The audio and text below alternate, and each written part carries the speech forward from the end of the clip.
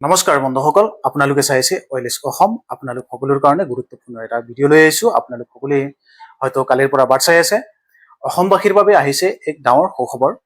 মুখ্যমন্ত্ৰীয়ে অসম বাজেট 2026ত ঘোষণা কৰিছে যে পৰম শ্ৰদ্ধায় অটল বিহাৰী বাজপেয়ী ডাঙৰীয়াৰ জয়ন্তীৰ পবিত্ৰ উপলক্ষত অসম চৰকাৰে মিছন বসুন্ধৰা 4.0 আৰম্ভ কৰিব। এই নতুন পৰ্যায়ৰ মূল লক্ষ্য হ'ল ভূমিৰ অধিকাৰ সুৰক্ষিত কৰা, ভূমিৰ নথিপত্ৰ অধিক সঠিকভাৱে প্ৰস্তুত কৰা আৰু অধিক সংখ্যক নাগৰিকক ভূমিৰ অধিকাৰ নিশ্চিত প্ৰদান কৰা। টেমপ্লেটটো আপোনালোক সকলোকে লগাই দিছোঁ। ভিডিঅ'ৰ বেকগ্ৰাউণ্ডতো চাব পাৰিছে। মিছন বসুন্ধৰা 4.0ৰ জৰিয়তে ভূমিৰ ডিজিটেল মেপিং অধিক বিস্তৃত হ'ব। ভূমিৰ অধিকাৰ অধিক সুৰক্ষিত কৰাৰ ব্যৱস্থা কৰা হ'ব। ভূমি সম্পৰ্কীয় সেৱা অধিক স্বচ্ছ, সহজ আৰু দ্ৰুত কৰাৰ চেষ্টা চলিব। গতিকে এইবাৰৰ যিটো মিছন বসুন্ধৰা 4.0ৰ কাম কাজ হ'ব, সেই সম্পৰ্কে আৱাসিক এটা ধাৰণা এই ভিডিঅ'টোত আপোনালোক সকলোৱে পাই যাব। অসমবাসীৰ বাবে ভূমিৰ ব্যৱস্থাপনাত এক নতুন অধ্যয়ন আৰম্ভ হ'ব। চৰকাৰে কৈছে যে এই অভিযানৰ জৰিয়তে অসমৰ অধিক সংখ্যক নাগৰিকক ভূমিৰ অধিকাৰৰ নিশ্চয়তা প্ৰদান কৰাৰ দিশত গুৰুত্ব দিয়া হ'ব।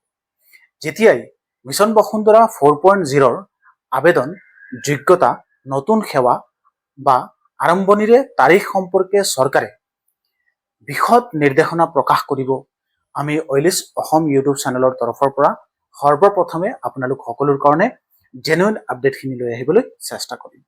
এতিয়া অভাৰঅল ইনফৰমেশ্যনটো হ'ল মিছন বসুন্ধৰা 4 যিটো আছে সেইটো আৰম্ভ হোৱাৰ ডেটটো একেবাৰে ওচৰ চাপি আহি গ'ল।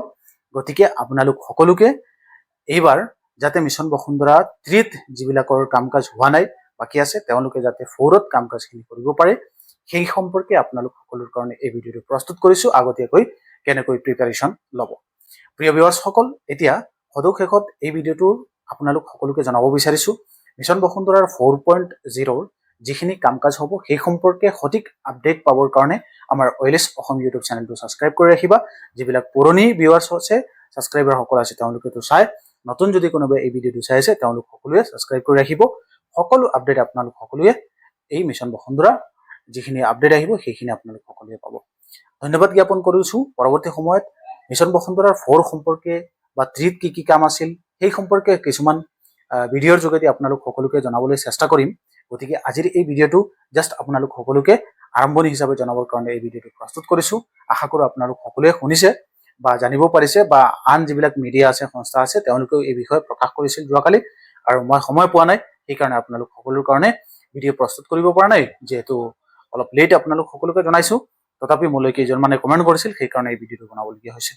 ধন্যবাদ জ্ঞাপন কৰিছোঁ। Thank you. জয় অসম।